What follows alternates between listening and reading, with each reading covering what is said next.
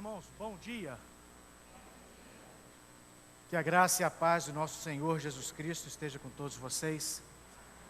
Para mim é uma alegria, uma honra muito grande estar aqui hoje podendo falar de Jesus Cristo. Eu que um dia estive perdido, hoje estou aqui. Isso para mim é uma honra, um privilégio, uma alegria. Mas antes de falarmos nessa série de mensagens, eu gostaria de dar dois testemunhos, dois breves testemunhos. Em 1986, o prefeito Cladão havia acabado de construir a nossa praça que corta a Avenida Cardoso Moreira. Eu, com 13 anos, fazia como todo adolescente naquela época. Obrigado, Bruno. O que nós fazíamos? A onda daquela época, aos domingos à noite, nós passeávamos, nós ficávamos dando uma volta em torno daquela praça. Esse era o barato da época. Não sei por causa de quê, mas isso que a gente fazia. E todo domingo à noite, até que eu tinha um amigo chamado Catita, vulgo Catita, Emerson Teixeira, filho do Sebastião Teixeira, da Primeira Igreja Batista. Ele encontrou comigo. Ganhei um presente aqui agora que eu estou vendo. Obrigado, obrigado. Deus abençoe vocês. Linda caneca, Rede Ativa. Obrigado, obrigado. E esse amigo meu me procurou e falou assim: Gustavo, quero um favor. O meu pai é crente e ele exige que todo domingo à noite eu esteja na igreja. Vamos lá você me fazer companhia? Aí que nós fazíamos, eu ia até a Primeira Igreja Batista, tem aquela entrada da Primeira Igreja Batista, eu ficava em pé, junto com o Catita ali. Quando o pai dele olhava para trás, procurando, assim, cadê os meus filhos? Ele viu o Catita, quando o pai dele voltava a assistir o culto, a gente, voltava para a rua, e ficava lá dando as nossas voltas. Todo domingo nós fazíamos a mesma coisa. O Catita me procurava: Gustavo, vamos lá? Vamos lá. Só que às vezes o Sebastião Teixeira demorava a olhar para trás. Eu ficava ali esperando o pai do Catita olhar para trás e voltar para a rua. E numa dessas noites que ele não olhou para trás, ou demorou a olhar para trás, eu ouvi o evangelho pregado pelo pastor Gessi Frutuoso e entreguei minha vida para Jesus. Então, meu irmão, nunca desista de convidar alguém para vir à igreja. Convide, você que é líder de célula, participa de uma célula, convide. Traga a pessoa para estar no meio de nós. Nós somos uma igreja que pregamos o evangelho do Senhor Jesus Cristo. E nossa igreja é pregada a palavra de Deus. E a palavra de Deus, meus irmãos, ela nunca volta vazia. Acredite, confie e convide. Que as pessoas possam ver em sua vida, que elas possam ler em sua vida o evangelho de Jesus. Amém? Há 9 anos atrás eu fui convidado para ser padrinho. Eu e a Ellen fomos convidados para ser padrinhos aqui na igreja José Márcio da Josi. Eu não era membro da igreja, a Ellen nunca tinha vindo aqui na igreja ainda. Quando nós estávamos subindo, eu não lembro quem, mas alguém da recepção olhou para a gente e falou assim: olha, boa noite, seja muito bem-vindo. Nós somos tão bem recebidos aqui na igreja, que na hora que eu estou vindo sentar com a Ellen aqui, a Ellen vira para mim e diz assim: aqui é meu lugar, é aqui que eu vou ficar. E cá estamos nós, 9 anos depois. Então que Deus abençoe o ministério do irmão Darcy, da Sandra. Que Deus abençoe toda essa gente bonita, abençoada que recebe a gente aqui na igreja. Amém, meus irmãos? Bom, a nossa série de mensagens, a Bíblia Responde. Nós estamos em nosso penúltimo encontro. Hoje à noite ela encerra, o pastor Wagner está trazendo a última palavra. E hoje nós trataremos de um assunto muito desejado por todos: como resolver os meus problemas. Na verdade, eu gosto de pensar como eu, cristão, devo me posicionar, como a Bíblia diz que eu devo me posicionar diante dos problemas. Ok? E quando a gente pensa em problema, acho que tem uma ideia errada de que cristão não tem problema, né? O cara encontra Jesus, Jesus encontra, se converte, a vida dele vira um mar de rosas. Isso não é verdade. Todos nós sabemos que todo cristão passa por aflições, dificuldades, problemas. Mas vamos definir problema? O que é um problema? Algo que te estagna? Algo que impede você de avançar? Algo que traz perda? É verdade que tem problemas que podem levar até a morte. Mas o que é um problema? Na verdade, o problema é do tamanho de quem está passando por ele. Quando eu fui líder de célula, nós fazíamos um trabalho muito bonito, que era fazer visitas. Eu arranho muito mal um violão, né? Então eu pegava meu violãozinho, a gente ia de casa em casa, pelo menos de 15 em 15 dias. Aquela irmã que não pode estar doente, não podia vir à igreja, a gente ia lá fazer um culto. E às vezes o Maurinho fazia essa visita com a gente. Você imagina eu no violão e o Maurinho cantando. E era muito abençoado o trabalho. Até que um dia recebemos um convite de uma casa de uma família, estava passando por um problema muito grande, estavam muito atormentados. Chegando lá, a família toda chorava e chorava muito. E nós ficamos ali esperando, a família acalmar. E o pai soluçava, chorando naquele momento ali, todo mundo muito tenso. O que aconteceu? Aí era o pai, a mãe e uma adolescente sentado no chão chorando. Eu olhava para a adolescente e falei assim, gente, o que essa menina arrumou? O que essa menina fez? Depois o pai acalmaram, eu perguntei, Senhor, o que está acontecendo? Diz para a gente poder orar pelo Senhor. A gente lê um versículo da palavra de Deus. Aí ele me expulsando, muito triste. Falei assim, olha rapaz, eu chego depois de um dia de trabalho em casa, quando vejo a minha mulher e minha filha chorando, aí eu pergunto, filho, o que aconteceu? Eu falo assim, pai, eu briguei com o namorado. E a família toda chorava por causa disso. Eu falei assim, meu Deus, por causa disso, esse drama todo? Mas na verdade o problema é do tamanho de quem passa por ele.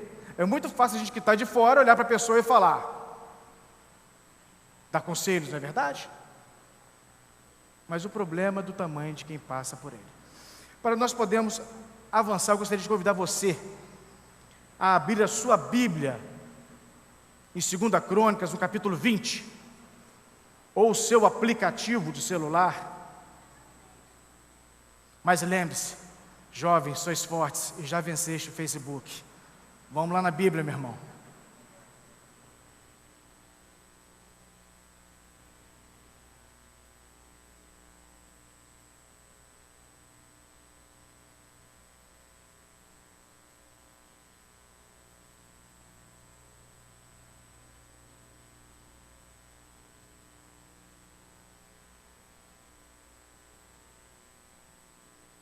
Bom, vou ler do primeiro versículo do capítulo 20, de 2 Crônicas, até o terceiro.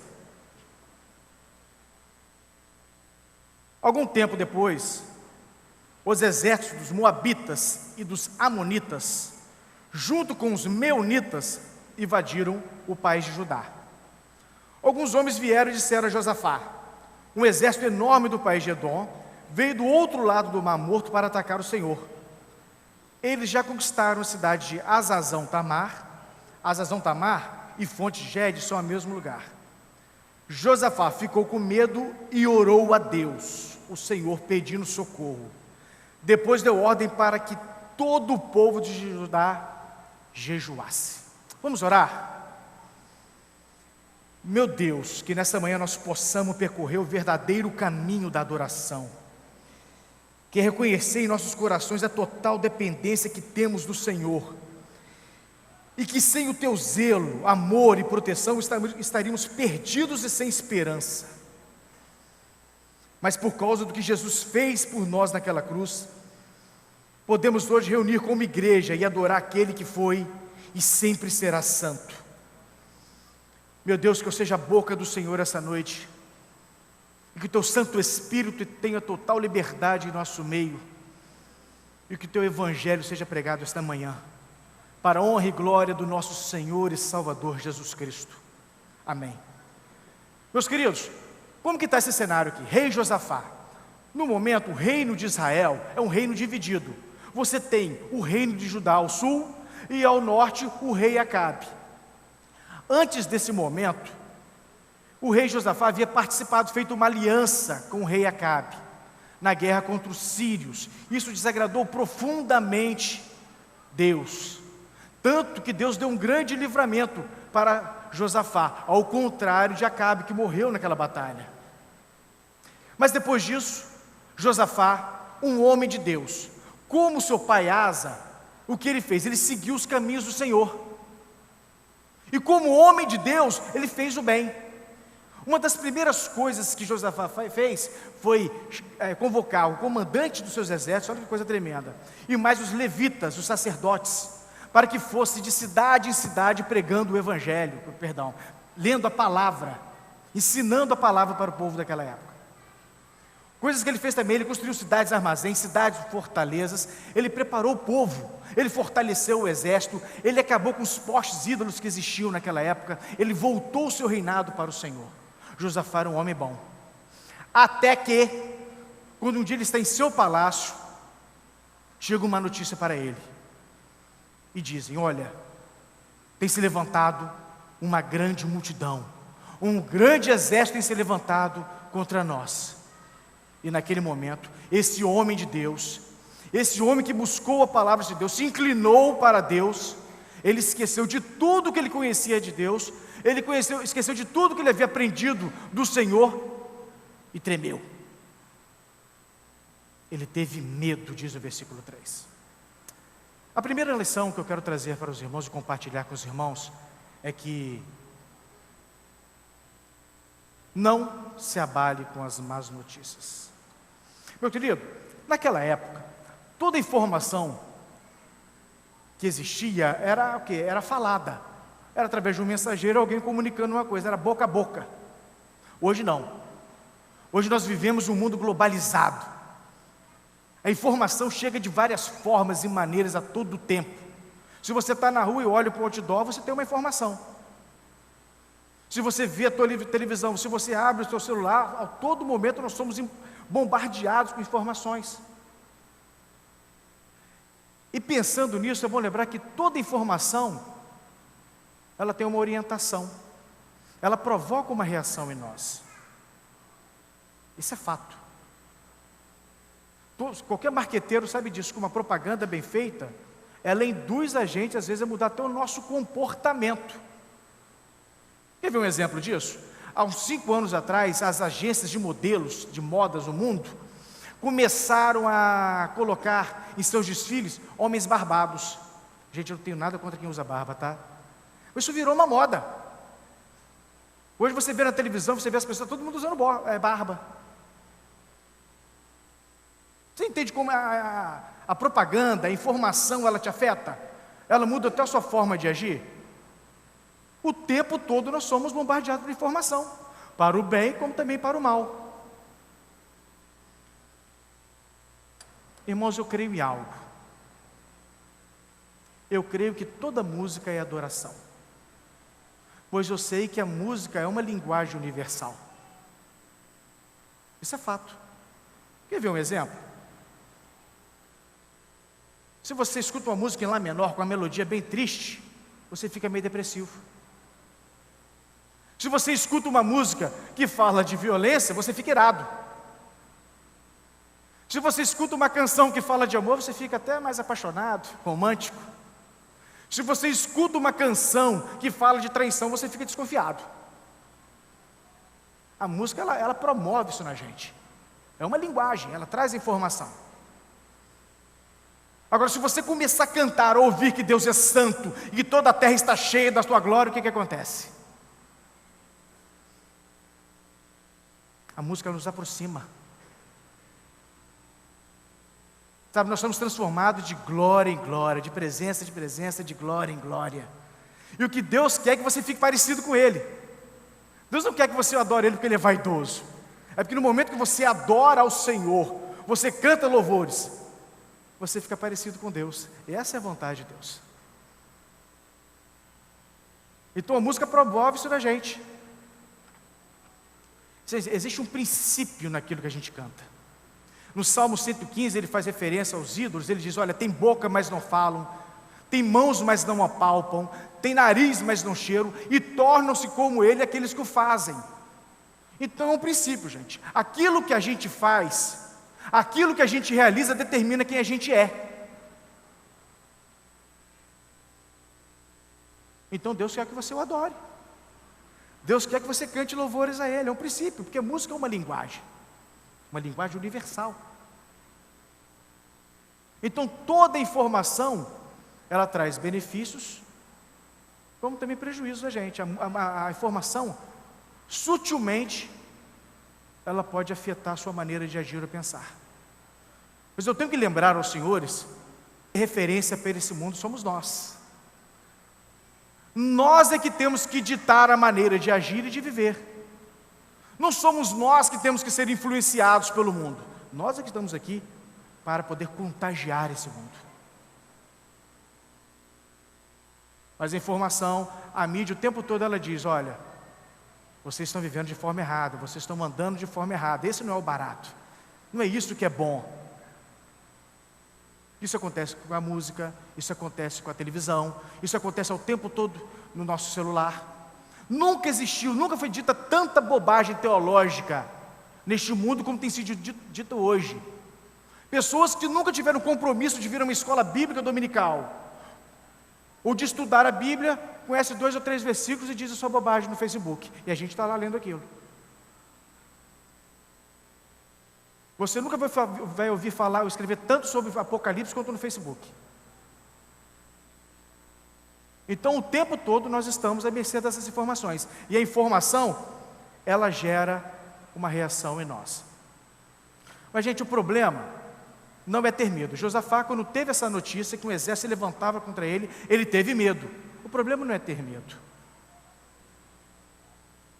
É você permitir que o medo te domine. Mas Josafá, como um homem de Deus, ele tomou certas decisões.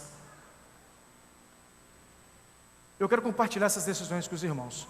Nós usamos o exemplo de Josafá para também aplicarmos em nossas vidas. A primeira, Josafá orou. Gente, oração. Oração. Cada vez mais o povo de Deus ora menos. As igrejas hoje estão lotando os shows gospels, os eventos, mas se você for num culto de oração, sempre tem meia dúzia de gato pingado. Nós oramos pouco, porque nós não entendemos ou sabemos o que é a oração realmente. Diz a palavra de Deus que no momento que Jesus Cristo morreu naquela cruz, havia um véu que separava o santo dos santos do tabernáculo. Nesse santo só podia entrar um sacerdote uma vez por ano. No momento da morte de Jesus, a mão de Deus cortou esse véu de cima e baixo. Então hoje você tem livre acesso a Jesus, a Deus. Isso é uma conquista na cruz. Mas o que nós fazemos? Nós vamos na irmã de oração. Eu acho que nesse momento é como se você pegasse uma agulha e fosse lá costurar o véu novamente. Você pode dobrar o seu joelho e orar, mas você prefere às vezes ficar na dependência e viver uma vida na dependência da oração. Gente, orar não é somente falar com Deus. Orar é estar com Deus. Não é somente praticar a oração, é viver uma vida de oração. A Bíblia diz que existe um único e vivo caminho. Você precisa estar nesse caminho. Sabe, o único e vivo caminho você precisa percorrer, andar nele. É isso que a Bíblia nos ensina, é isso que Jesus ensinou. Orar, viver uma vida de oração. A todo tempo orai. Em tudo que você fizer, faça. Mas nós abrimos mão. Nós preferimos orar aos domingos, quando vimos na igreja. Às vezes na oração, aquela oração repetida. Em Tiago, no capítulo 5, diz que a oração de um justo pode muitos seus efeitos. A oração é poderosa. A oração move a mão de Deus. A oração com fé cura. E nós oramos pouco. Talvez porque desejamos pouco de Deus. Mas Josafá, no seu momento de adversidade, de temor, de medo, ele reuniu o povo e orou. Olha, vamos jejuar e vamos orar. Existe um versículo em Efésios 3:20, foi muito falado esse ano, que fala que Deus é poderoso para fazer infinitamente mais além daquilo que pedimos ou pensamos. Olha que tremendo. Deus é poderoso para fazer infinitamente mais além daquilo que você pede ou pode pensar. Deus não é limitado. O Josafá entendeu isso. Olha, está vindo a adversidade, vamos orar a Deus.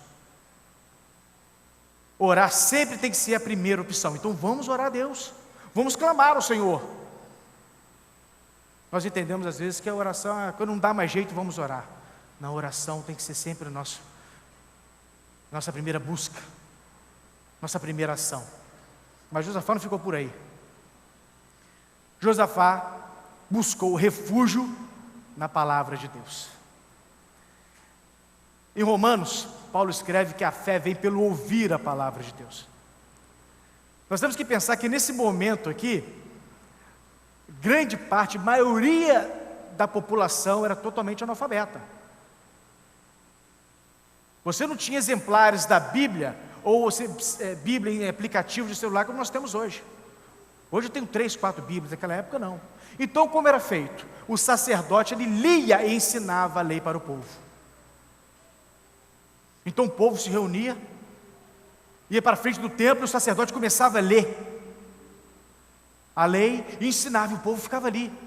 Com aquilo que eles ouviam, eles faziam canções para decorar. Mas hoje, nós, povo de Deus, com toda a liberdade que temos, com acesso a toda a Bíblia que temos, você é capaz de passar uma semana sem abrir a Bíblia. Tem gente que só tem a Bíblia em casa para ficar decorada lá, aquela aberta no Salmo 91 e fica lá. Refúgio na palavra de Deus. Josafá buscou refúgio na palavra de Deus. Na verdade, antes mesmo da adversidade vir, Josafá já tinha prática, já estava lendo ou promovendo a leitura da palavra de Deus. Às vezes eu penso, por quê? Na nossa igreja nós temos salas climatizadas, revistas maravilhosas,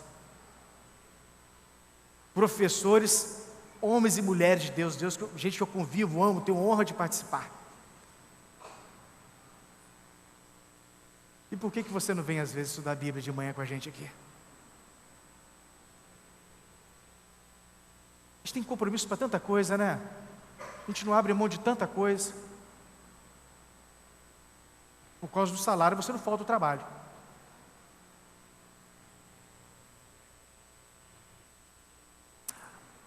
Nós adoramos a Deus quando você reconhece quem Ele é. Isso é adoração. Quando você diz, Deus, Tu és santo, Tu és tremendo, Tu és fiel, isso é adoração.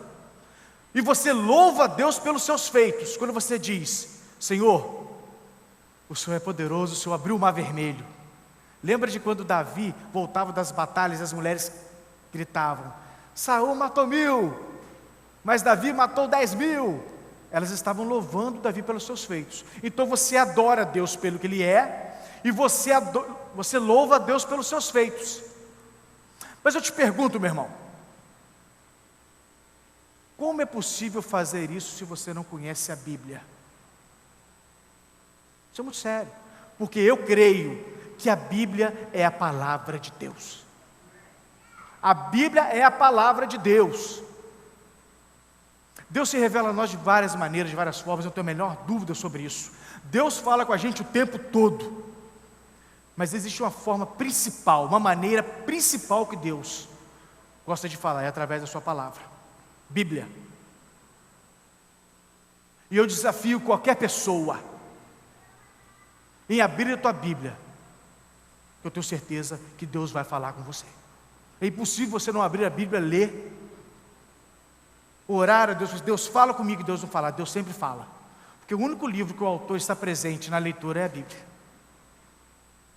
Deus fala através da sua palavra. Mas se nós assumimos tantos compromissos, por que não estudar a palavra de Deus? Por que não estudar a palavra de Deus? Mas Josafá, no momento de adversidade, ele já estava firmado na palavra. Tem uma coisa que tem me assustado muito, eu sou líder dos adolescentes, e eu converso muito com as pessoas, e às vezes eu pergunto para parentes, para amigos, eu pergunto para elas assim, meu irmão, vamos conversar aqui, quem é realmente Jesus para você? Gente, eu escuto de tudo, isso me assusta, porque eu escuto de tudo às vezes, menos de quem realmente Jesus é. Isso é muito sério.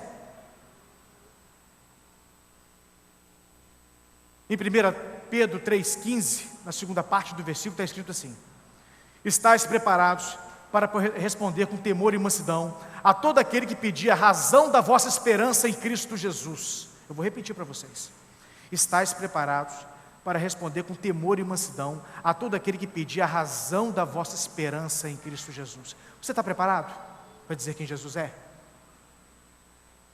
Eu pergunto para as pessoas: quem é Jesus? Ah, Jesus é filho de Deus. Mas é só filho? Como é que é? Ele é Deus ou não? Isso é muito sério, gente.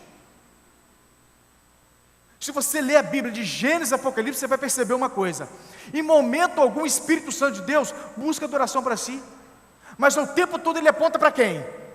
Para Jesus. O tempo todo o Espírito Santo de Deus ele aponta para Jesus. Porque crer em Jesus Cristo e confessar Ele como Senhor é o fundamento da nossa fé.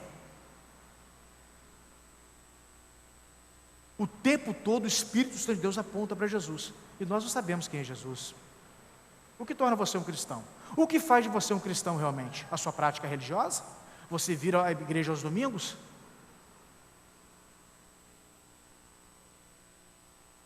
Em Filipenses 2,9 diz que deve existir dentro de nós o mesmo sentimento que houve em Jesus, que mesmo sendo Ele em forma de Deus, não teve a usurpação de ser como Deus, mas se esvaziou de sua glória, se fez homem, se humilhou e morreu morte de cruz. Então quem é Jesus Cristo? Deus. Jesus Cristo é Deus, é Senhor. Em João, no primeiro capítulo dele diz: no princípio era o Verbo, e o Verbo estava com Deus, e o Verbo era Deus. Tremendo isso. Então, se algum testemunho de Jeová, se algum mórmon te perguntar a outra pessoa: quem é Jesus? Jesus Cristo é Deus. Ele é o eu sou. Ele é o princípio e o fim, Senhor dos senhores, Deus. Você crê nisso, meu irmão? Essa é a tua confissão?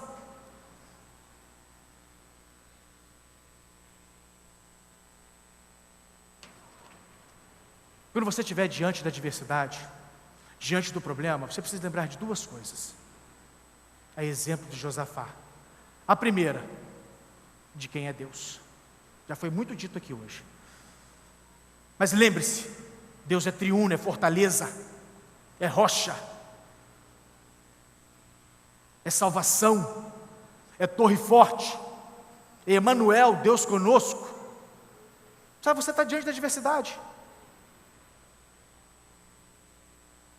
Você precisa ter essa declaração, essa convicção.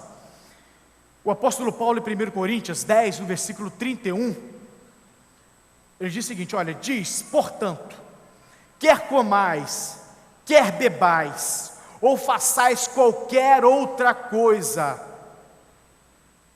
fazei tudo para a glória de Deus.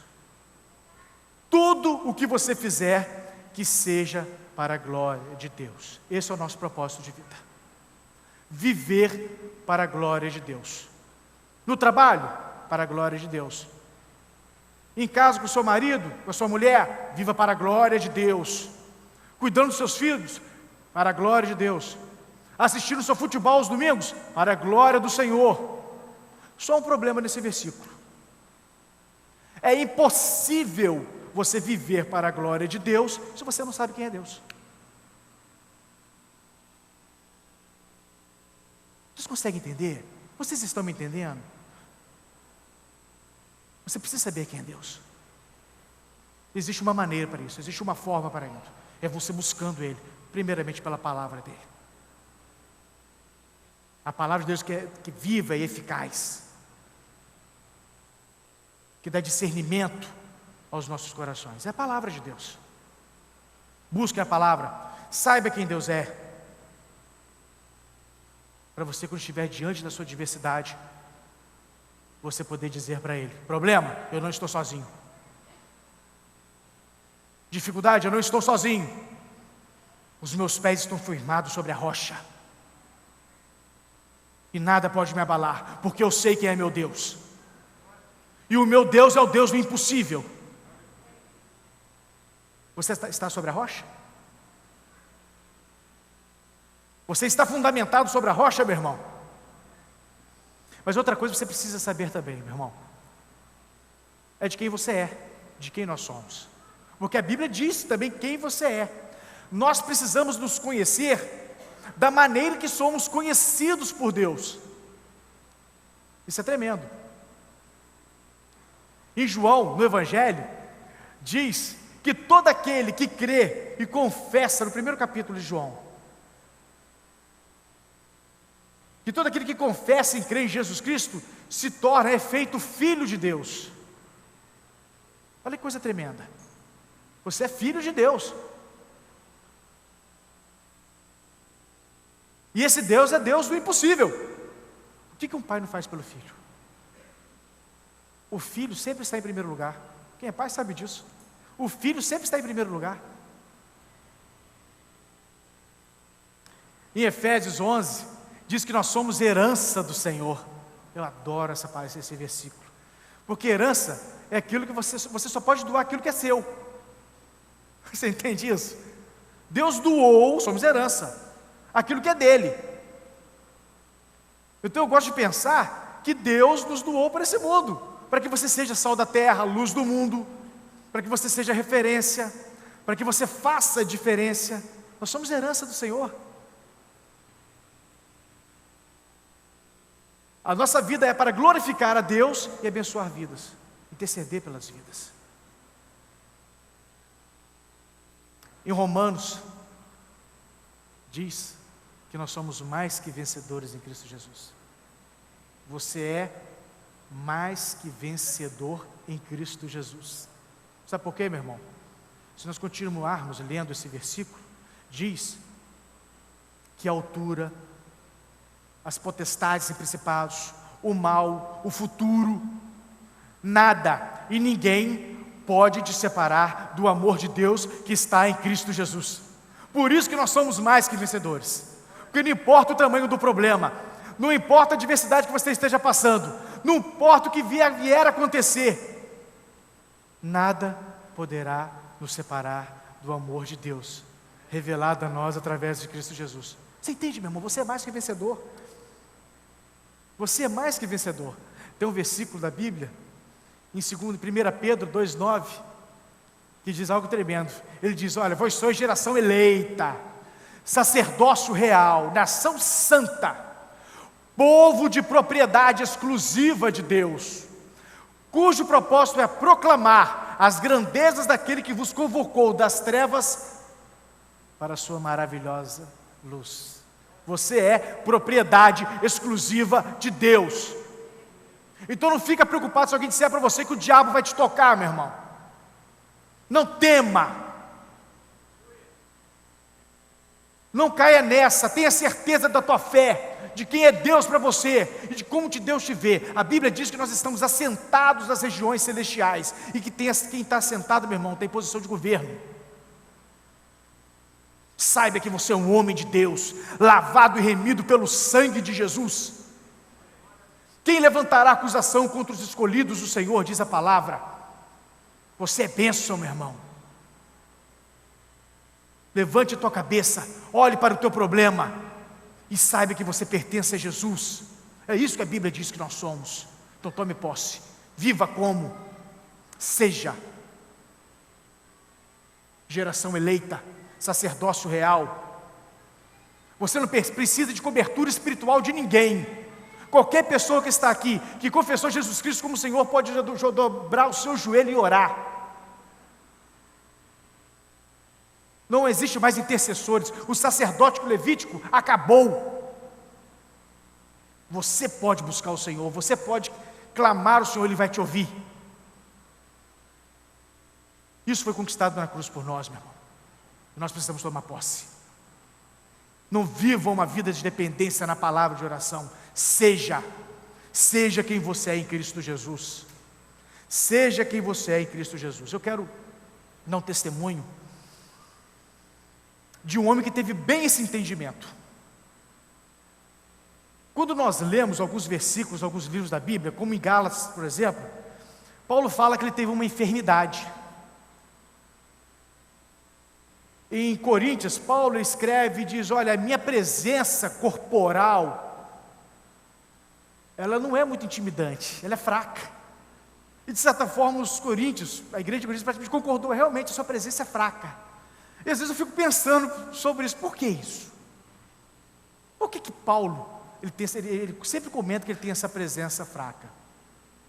Quando nós estudamos um pouco as viagens missionárias de Paulo, principalmente a primeira, nós vemos que quando ele esteve em Filipos,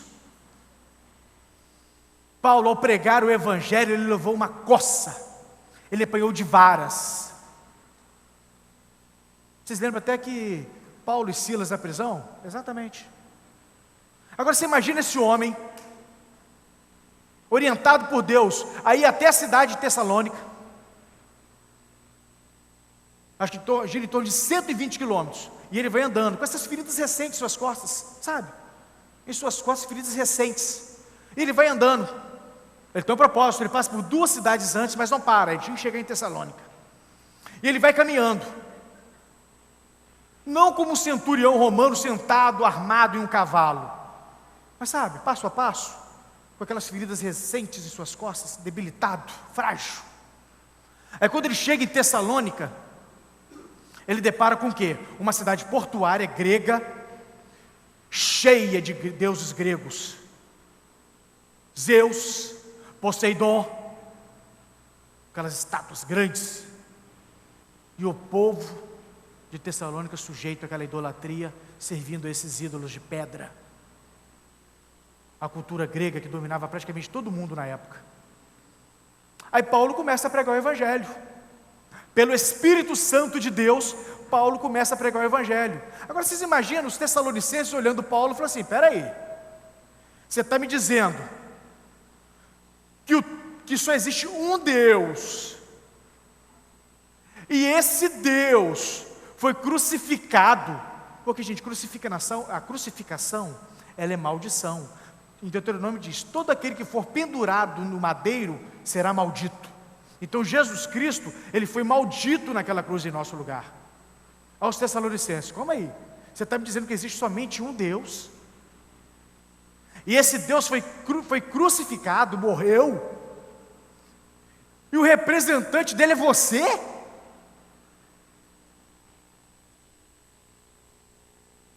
Vocês conseguem imaginar Paulo, frágil, diante desse problema, diante desse obstáculo?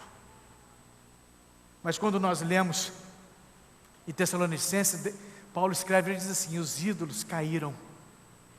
Quando eu preguei o evangelho para vocês, os ídolos caíram. Você consegue imaginar? Paulo começando lá, sílaba por sílaba, já não era mais ele que falava, não era do seu intelecto mais que as frases eram formadas, era o Espírito Santo de Deus que ia colocando palavra por palavra, e Paulo ia pregando o evangelho e dizendo: olha, o Senhor, existe somente o Senhor, Ele morreu numa cruz, e o nome dele é Jesus Cristo. E os tessalonicenses, ouvindo aquela palavra, começaram a crer, e os ídolos caíram. Porque quando eu disse no início aqui, meu irmão, há poder na palavra de Deus. Há poder na palavra de Deus. Você que está orando pelo teu filho, você que tem lutado em oração pelo teu marido, pela tua mulher que ainda não encontrou Jesus, eu tenho que te lembrar esta manhã, que a palavra de Deus ela não volta vazia, e que as lutas e as adversidades não dizem o fim, que nosso Deus é poderoso.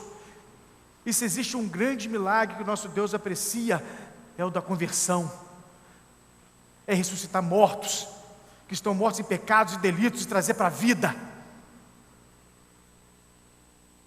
Essa é a nossa missão, pregar o evangelho, falar com a boca cheia de que Jesus Cristo é Senhor. Amém, Jesus. Meus irmãos, eu já estou encerrando, mas antes eu gostaria de convidar vocês a fazer mais uma leitura. Você que manteve a sua Bíblia aberta, ainda no capítulo 20 de 2 Crônicas, agora no versículo 21 e o 22.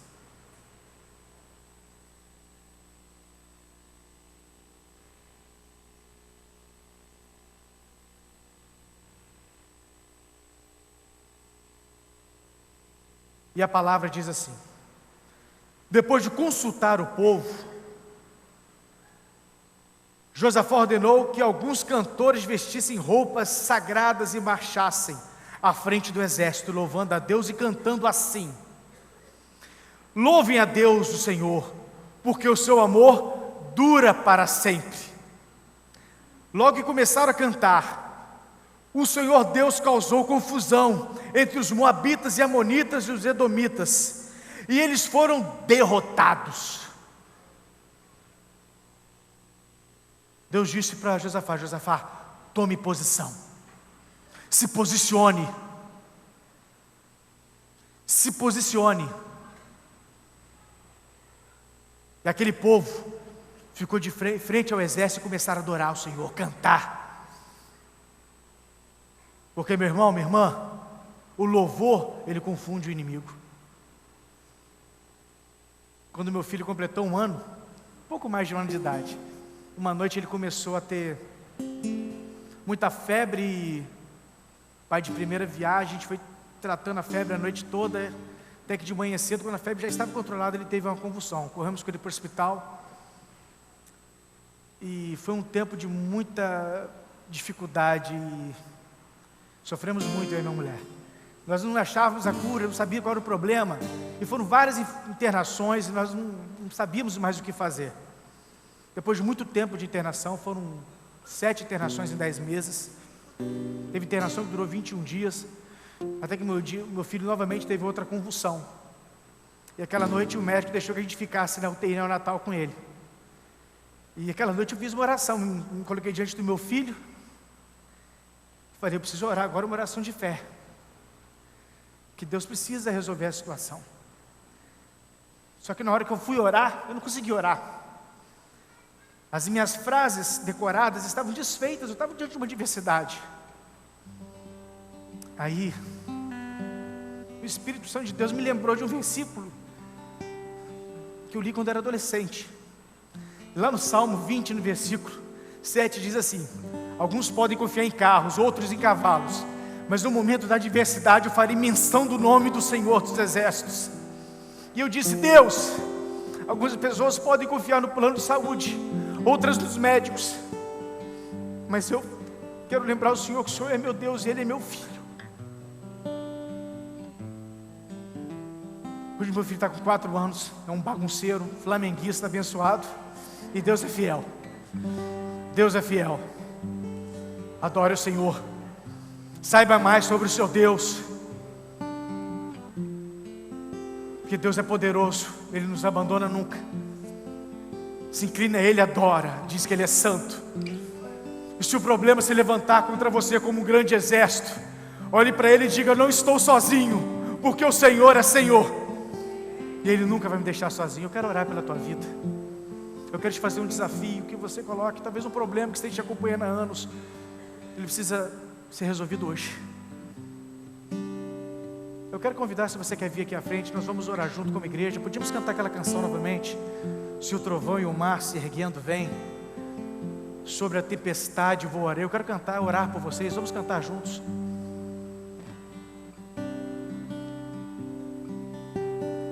Você que tem uma enfermidade que ela precisa ser resolvida, um casamento que precisa ser resgatado, restaurado pelo Senhor Jesus, vamos orar, igreja. Vamos orar, igreja. Vamos levantar um clamor ao Senhor. Não existe nada impossível para Deus. Não existe coração duro demais que não possa vir a se converter, a encontrar Jesus. Vamos orar, vamos testemunhar, vamos viver o Evangelho.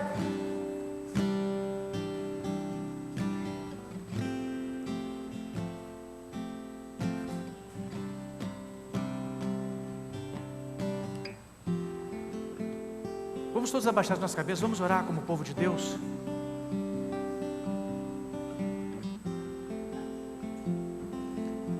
Meu Deus, pedimos que nessa manhã o Senhor venha em socorro aos seus filhos, e que o Senhor tome a sua providência, e que tenha fim essa tormenta que tem tirado o sono, a paz de muitos irmãos que estão aqui. Que cada irmão saia daqui hoje com a certeza que o Senhor está presente, sempre, e que nunca estaremos sozinhos, pois o Senhor é o nosso Deus, o Senhor é o nosso refúgio, e nós pertencemos a Ti. Que essa certeza traga consolo e coragem, para que possamos prosseguir firmes, que nada, nenhuma circunstância possa abalar nossa fé em Ti, Senhor, e que possamos viver como vencedores, de glória em glória, pois sabemos de que nada pode nos separar do amor de Deus, revelado a nós através de Jesus Cristo, que é o autor e consumador de nossa fé. Que cada irmão aqui possa voltar em paz para a sua casa, pois sabemos que a batalha é do Senhor. Então, meu Deus, lute por nós, guerreie por nós, e em nome de Jesus, que eu ore e te agradeço, ó Deus. Muito obrigado por esse culto. Vamos cantar juntos?